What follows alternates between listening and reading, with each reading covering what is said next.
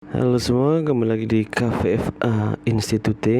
Nah, untuk konten kali ini yang akan dibahas adalah folklore Indonesia, how to become expert. Jadi kita akan membahas tentang folklore itu apa, bagaimana cara mendapatkannya, terus kemudian bagaimana menuliskannya. Nah, sebenarnya kenapa kita membahas folklore? Jadi folklore itu adalah memori kebudayaan. Meskipun ada yang menganggap folklore itu bagian atau alat pengesah pranata-pranata atau kelembagaan kebudayaan, atau juga alat pengontrol norma-norma budaya. Tapi kalau saya sendiri menganggap folklore itu memori kebudayaan, karena di dalam folklore itu banyak informasi-informasi terkait dengan sosial budaya masyarakat pemilik folklore itu. Nah, kenapa folklore ini penting? Jadi untuk beberapa hal, ketika kita ngomongin isu indigenous people atau ngomongin isu terkait dengan masyarakat adat atau ngomongin pariwisata lah, bahkan ngomongin pariwisata pun folklore ini bisa menjadi sebuah daya tarik untuk wisatawan. Banyak sekarang daerah-daerah wisata itu membuat folklore-nya sendiri untuk menarik wisatawan. Contoh sederhana, ada air menetes di Gunung Kidul ya. Di Gunung Kidul tuh ketika kalian masuk di Gua Pindul, itu ada tetesan air dari atas gua. Terus kemudian tour guide-nya itu mengatakan kalau tetesan itu mengenai muka kalian bisa berubah atau menjadi cantik, atau kalau yang laki-laki menjadi tampan. Nah, itu juga sebenarnya bagian dari folklore. Cuma terlepas dari itu dibuat-buat atau enggak, tapi kalau itu dilihat 10 tahun atau bahkan 50 tahun ke depan, bisa jadi itu menjadi sebuah memori kebudayaan yang ada di daerah sana. Nah, kalau kita melihat bentuk folklore itu, menurut John Harold Brunfan, folklore terbagi jadi 3: verbal folklore, partly verbal folklore, dan non-verbal folklore. Nah, dimulai dari verbal folklore dulu atau folklore lisan. Ada beberapa aspek yang ada dalam folklore lisan ini. Yang pertama, bahasa rakyat. Kedua, ungkapan tradisional. Kemudian ketiga, pertanyaan tradisional. Keempat, itu puisi atau sajak rakyat. Kelima, itu prosa rakyat. Dan keenam, nyanyian rakyat. Nah, kalau untuk bahasa rakyat sendiri, itu ada bisa dipahami sebagai kayak semacam logat, dialek, terus onomatope. Onomatope itu bahasa berdasarkan dari bunyi-bunyian, atau kolokial itu kayak istilah-istilah yang yang sebenarnya nggak ada maknanya, cuma untuk menekankan saja. Terus kemudian ada level speech atau tingkat tutur. Terus ada soft talk itu bahasa perdagangan lah. Misalkan kalian pernah dengar istilah cepek, gocap, cetiau. Nah, itu adalah bahasa perdagangan yang digunakan oleh pedagang-pedagang di zaman dulu tuh. Jakarta itu daerah mana saya lupa, tapi itu bahasa yang dipinjam dari bangsa Cina, khususnya di suku Cina Hokkien, istilah itu. Nah, itu bagian dari bahasa rakyat, dan itu merupakan aspek juga dalam folklore lisan. Lalu kemudian ungkapan tradisional. Nah, ungkapan tradisional ini juga seperti peribahasa ya.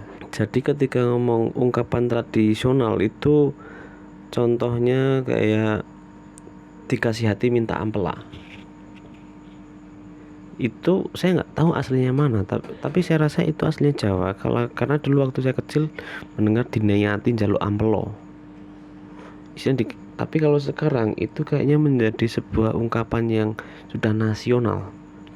Tapi meskipun demikian, ungkapan dikasih hati minta ampela atau jaluk hati Dinai ati njaluk ampelo itu tidak ada di negara luar Indonesia. Makanya itu menjadi atau merupakan ungkapan tradisional yang kalau saya rasa itu, karena saya dulu pernah mendengarnya, itu dari masyarakat Jawa. Nggak tahu, tapi kalau mungkin kalian ada informasi terkait dengan dinai ati njaluk ampelo itu mungkin bisa share lah. Saya kurang tahu pasti asli daerahnya mana, tapi itu bentuk dari ungkapan tradisional yang merupakan bagian dari folklore lisan. Terus kemudian pertanyaan tradisional. Nah, pertanyaan tradisional ini sama halnya dengan teka-teki yang bersifat kedaerahan atau lokal banget lah. Contoh misalkan dulu ada istilah waktu saya kecil itu adalah istilah atau teka-teki pitik walik sapa kebon. Ada yang tahu? Ya, jawabannya adalah nanas. Jadi pitik walik sapa kebon itu adalah ayam yang bulunya terbalik yang dia hobinya bermain di kebun. Nah, jawabannya adalah nanas. Kenapa nanas? Karena pitik walik itu ada ayam yang jenisnya itu bulunya itu terbalik itu ada. Dan bentuknya memang seperti apa ya? Ya kayak seperti daun nanas itu. Makanya terus itu menjadi sebuah teka-teki atau pertanyaan yang dulu sering dimainkan oleh anak-anak di desa saya. Terus aspek yang berikutnya adalah puisi atau sajak. Nah, puisi atau sajak rakyat ini beraneka ragam lah. Ini bisa berbentuk mantra-mantra atau bahkan doa. Jadi ini sifatnya turun temurun ya. Ada mantra-mantra yang sifatnya itu hanya dimiliki oleh masyarakat tersebut. Makanya kalau misalkan kalian kenduri atau mungkin ada di mertitiso di desa kalian atau ada upacara ritual apapun di desa kalian, biasanya ada doa-doa yang terkadang itu dimasukkan aspek-aspek kebudayaan. Mungkin sekarang karena isu agama itu sangat kuat ya, dan istilahnya dai itu sangat kenceng lah istilahnya. Banyak ritual-ritual seperti itu mungkin mulai pudar, nggak seperti dulu. Tapi biasanya masih ada orang-orang tua yang kejawen lah mungkin, itu masih suka berdoa atau tirakat dengan mengucapkan mantra-mantra tertentu, yang mana itu mantra-mantra itu sifatnya itu diberi oleh pendahulunya, baik dari guru, dari mbai, dari sesepuh atau dari leluhurnya dulu. Nah, itu mantra-mantra seperti itu masuk dalam puisi rakyat, dan aspek ini bagian dari folklore lisan juga. Nah, ini sebenarnya bisa menjadi sebuah kajian tersendiri, tapi kalau dalam folklore ini termasuk dalam bagian folklore lisan. Lalu yang berikutnya itu terkait dengan prosa rakyat. Nah, ketika memprosa itu sama halnya dengan cerita. Nah, ini biasanya sangat common sense sekali. Itu berkaitan kayak legenda, dongeng, mitos. Nah, itu bagian dari prosa rakyat. Biasanya kalau kalian pengen lihat folklore, mencari folklore di desa-desa gitu, biasanya minta ke sesepuh untuk menjelaskan sejarah desa. Nah, itu pasti banyak dongengnya, banyak mitosnya, banyak legendanya. Itu bagian dari folklore-nya, folklore lisan. Lalu yang berikutnya adalah nyanyian rakyat. Nah, untuk nyanyian rakyat seperti ini mungkin kalian tidak sadar ya, mungkin juga ada yang sadar, kayak seperti Nina Bobo itu sebenarnya masuk dalam folklore yang lullaby song. Terus ada yang working song juga, itu nyanyian yang menciptakan semangat. semangat bekerja, kayak contohnya Holubis Kuntul Baris itu folklore lisan. Nah, itu adalah bagian-bagian yang itu bisa digali secara mendalam oleh peneliti folklore yang nantinya itu menjadi sebuah informasi tentang sosial budaya masyarakat si pemilik nyanyian rakyat itu, yang gak cuma nyanyian, prosa, puisi, pertanyaan, ungkapan bahasa. Itu tadi menjadi sebuah folklore lisan. Lalu yang berikutnya itu adalah partly verbal folklore atau folklore sebagian lisan, tapi nggak sepenuhnya lisan. Ini ada dua jenis ya, dua aspek lah di dalamnya. Yang pertama itu kepercayaan rakyat, yang kedua permainan rakyat. Nah, kepercayaan rakyat ini menjelaskan bahwa folklore sebagian lisan atau partly verbal folklore itu ketika ada kisah-kisah yang sifatnya tahayul, itu masuk dalam bagian dari kepercayaan rakyat atau partly verbal folklore. Kenapa ini masuk partly verbal folklore? Karena ini memang dianggap tidak relevan atau tidak istilahnya tidak saintifik lah, tidak bisa dilogikakan. Nah, ini istilah juga superstition itu kayak keterlaluan, takut pada dewa-dewa. Nah, terus kemudian takut akan pohon yang besar. Nah, itu bagian dari kepercayaan rakyat atau folklore yang sebagian lisan. Ya, memang hal ini berkaitan dengan belief, berkaitan dengan behavior, dan berkaitan dengan experience. Mungkin ada pengalaman orang sering terjatuh di depan pertigaan yang ada pohon besarnya, kemudian orang berasumsi bahwa wah, ini pasti gara-gara pohon itu. Ada kepercayaan seperti itu yang muncul di tengah masyarakat, tapi itu tidak bisa dilogika, nggak ada logikanya pohon besar mengakibatkan kecelakaan. Makanya itu disebut tahayul. Nah, tapi itu juga termasuk dalam partly verbal folklore atau folklore sebagian lisan. Terus kemudian permainan rakyat. Nah, beberapa jenis permainan rakyat memang lekat dengan kehidupan masyarakat tertentu. Contoh sederhana kayak cublak-cublak suweng lah di masyarakat Jawa. Itu adalah folklore juga, dan sifatnya itu sebagian lisan.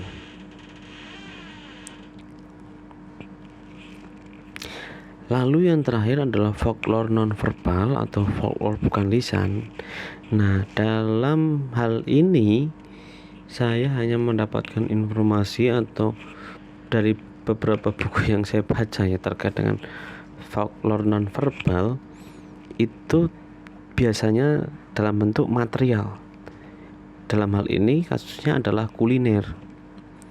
Dalam kajian gastronomi atau cuisine itu, makanan itu merepresentasikan kebudayaan masyarakat, makanya masuk dalam aspek folklore. Nah, misalkan ginilah contoh sederhana kuliner itu bagian dari kebudayaan. Misalkan kita ngomongin lebih ke nationwide ya, ke negara lah, nggak ke daerah. Saya agak kurang mengerti juga. Kalau ke negara yang lebih luas sifatnya, itu misalkan kayak tradisi makanan mentah, itu mungkin di Jepang masih ada kayak makanan sushi, terus makanan yang olahannya itu cuma daging mentah terus kemudian dikasih garam. Cuma kalau di masyarakat Jawa untuk saat ini kayaknya nggak ada. Bahkan zaman dulu pun saya rasa nggak ada, kecuali memang apa ya, itu tradisi berburu meramu ya, dalam arti nggak perlu diolah sedemikian rupa langsung dimakan. Tapi ini kuliner ini menjadi salah satu bentuk folklore yang mana juga merepresentasikan dari kebudayaan masyarakatnya. Misalkan ada salah satu pengalaman teman saya ketika berangkat ke Papua, itu ada sambutan dari masyarakat adatnya, dan sambutannya itu harus makan babi dan minum arak. Nah, itu adalah bagian dari sebuah ritual atau penyambutan terhadap tamu yang dipersilakan oleh masyarakat adat. Nah, itu bagian dari juga representasi kebudayaan di sana juga.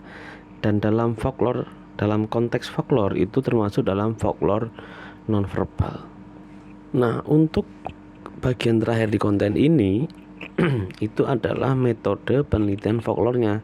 Ini yang paling penting. Ada metode penting dalam folklore itu saya bagi menjadi 3 ya. Kemudian penelitian di lokasi, dan penulisan folklore. Nah, penelitian sendiri itu ada 2 tahapan yang harus dilalui. Yang pertama adalah penentuan lokasi, yang kedua adalah literatur review. Jadi pertama kalian mau menentukan lokasinya di mana. Ini kalau dalam kasus saya kemarin ya, saya mau menentukan lokasi di kawasan perbukitan Menoreh. Oke, lokasi sudah ketemu. Berarti kemudian literatur review. Gimana itu caranya? Kan folklore istilah kita mencari sesuatu hal yang otentik, original dari masyarakat di sana. Kenapa harus pakai literatur review? Nah, disinilah perbedaannya mencatat atau hanya mengarsipkan cerita atau melakukan penelitian terkait folklore. Literatur review itu ya meskipun nanti sebagai insight kita sebelum masuk ke pencarian folklore, itu juga bisa menjadi sebuah database di otak kita bahwa ada apa saja sih di kawasan perbukitan Menoreh itu. Cerita-cerita apa saja yang sudah digali oleh peneliti-peneliti sebelumnya. Kalau apa yang belum digali kan berarti nanti bisa ditanyakan ya. Tapi setidaknya melihat apa yang sudah ada, dan apakah yang sudah ada apa yang sudah dipublikasikan itu relevan dengan masyarakat di sana saat ini, atau apakah tradisi atau folklore yang ada yang sudah dituliskan atau penelitian terkait folklore yang sudah dituliskan itu sesuai dengan pernyataan dari informan kita nantinya. Nah, tujuannya penelitian itu seperti itu. Kita mempersiapkan diri, mempersiapkan amunisi lah sebelum ke lapangan. Terus kemudian untuk tahap berikutnya adalah penelitian di lokasi. Nah, di sini ada uji wawancara. Pertama wawancara, uji data wawancara, pengamatan indrawi, dan pengamatan dengan alat. Untuk wawancara sendiri itu kalau dalam kasus saya kemarin itu pertama, kalau kita clueless, kita nggak tahu mau ngapain, siapa yang punya wewenang di sana, yang punya banyak cerita di sana, pertama kali adalah temui stakeholder. Dalam kasus desa ini yo Pak Kades sekaligus kulon nuwun, sekaligus minta izin untuk mencari informasi terkait dengan folklore yang ada di daerah sana. Kalau misalkan Pak Kades itu mampu memberikan informasi terkait kisah di sana, ya udah sekaligus wawancara di situ. Tapi andai kata nggak bisa, nanti minta rekomendasi siapa yang bisa, siapa sesepuh yang ada di desa itu, siapa orang yang dituakan, siapa tokoh masyarakatnya. Nah, itu bisa menjadi informan yang akan diwawancara. Sifatnya snowballing kalau memang clueless. Dari Pak Kades selaku stakeholder atau Pak RT nanti bisa bercabang kemana-mana. wawancara ke siapa aja terkait dengan folklore yang ada di sana. Lalu kemudian uji data wawancara. Nah, dalam ini uji data wawancara itu seperti halnya validasi informasi yang kita ambil dari informan. Misalkan tadi pertama kali kita ketemu Pak Kades punya cerita terkait dengan desa itu. Lalu kita jangan cuma terus berhenti di sana. Mintalah Pak Kades untuk merekomendasikan orang lain. Siapa yang sekiranya punya wawasan terkait desa atau orang yang sudah lama tinggal di desa.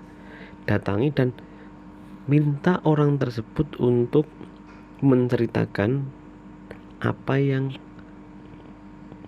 diceritakan oleh Pak Kades. Misalkan kasusnya tentang sejarah desa.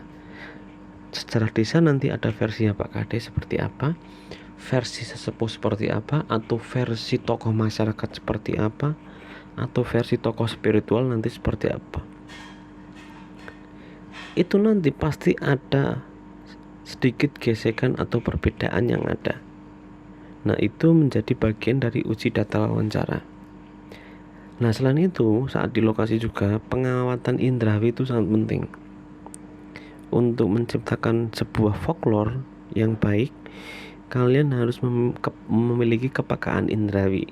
Dalam arti ketika melihat suasananya seperti apa, terus aromanya bagaimana, terus apapun lah, sesuatu yang terasa dengan indrawi kalian itu bisa menjadi sebuah experience yang nantinya itu bisa kamu letakkan dalam saat menulis folklore itu. Misalkan kalian datang ke makam atau ke petilasan pepunden atau leluhur desa tersebutnya, diamati sekelilingnya seperti apa, secara penglihatan bagaimana, secara aroma gimana, secara pendengaran mungkin apakah bunyi-bunyian angin atau ada apa, itu nggak tahu ya, bermacam-macam. Nah, itu pengamatan indrawi atau pengamatan dengan alat. Nah, pengamatan dengan alat ini macam-macam. Bisa ketika lokasinya terlalu jauh, ya bisa pakai teropong atau mungkin bisa pakai foto untuk merekam momen-momen atau spot-spot yang khusus. Ketika kalian pengen menceritakan tentang makam atau petilasan, ambil fotonya. Bahkan kalau dalam kasus saya kemarin ketika kajian folklore ini menggunakan GPS untuk membuat titik-titik, nanti menjadi GIS, Geographic Information System. Ada titik-titik petilasan, makam, cagar budaya, terus pusat ekonomi, semua apapun yang sekiranya itu dapat mendukung sebuah tulisan folklore yang bagus, gitu ya. Terus yang terakhir, dalam penulisan folklore, dalam penulisan jangan lupa kalian memberikan informasi informannya itu siapa, umurnya berapa, jenis kelamin, pekerjaan, pendidikan, kalau bisa selengkap mungkin. Tujuannya apa? Tujuannya itu untuk nanti ketika dianalisis, ketika ada satu kisah, satu cerita, misalkan cerita tentang sejarah desa, terus kemudian kalian mewawancarai beberapa orang terkait dengan topik yang sama, sejarah desa, itu nanti bisa menjadi, ketika uji data wawancara, validasi data, itu bisa menjadi sebuah informasi tambahan yang bagus, bisa menjadi sebuah bentuk versi-versi yang lebih komprehensif ketika memang ada informannya. Begitu juga informasi dari si penulis, baik itu kamu tulis sendiri atau kamu meminta enumerator untuk menuliskannya. Siapa si pencari folklore ini? Apakah dia lulusan sarjana ataukah dia lulusan SMA atau apa statusnya? Bahkan kalau lulusan sarjana apa? apakah sarjana teknik, sarjana sastra, sarjana ekonomi. Nah itu pasti akan mempengaruhi bagaimana penulisannya nanti atau bagaimana memahami tulisan folklore itu ketika mau dianalisis. Dan jangan lupa memberikan anotasi. Anotasi itu apa? Anotasi itu semacam catatan informasi yang sekiranya kamu gunakan untuk menambahkan keterangan. Misalkan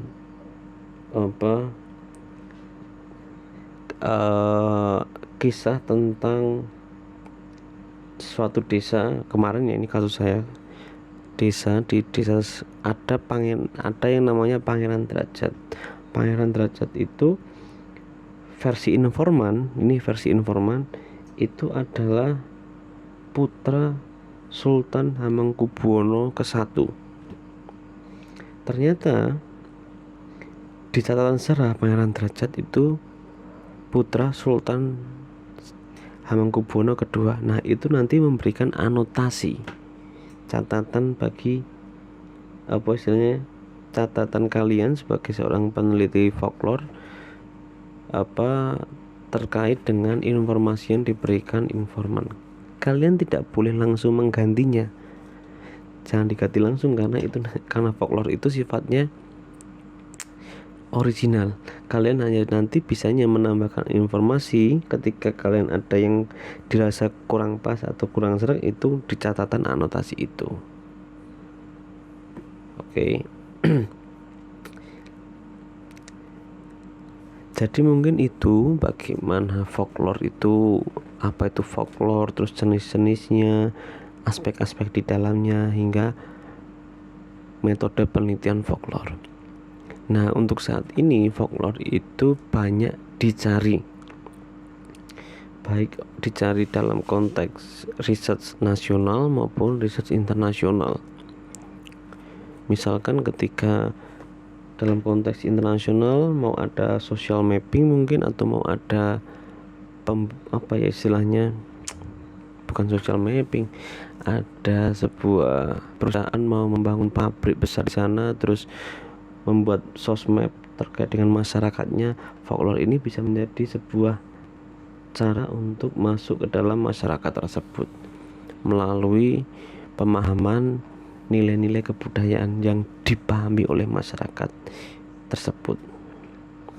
Oke, mungkin itu saja terkait dengan konten folklore Indonesia How to Become Expert.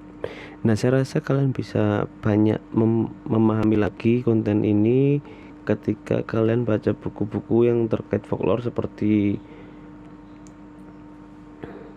bukunya Dananjaya, atau mungkin seperti bukunya siapa itu, saya lupa,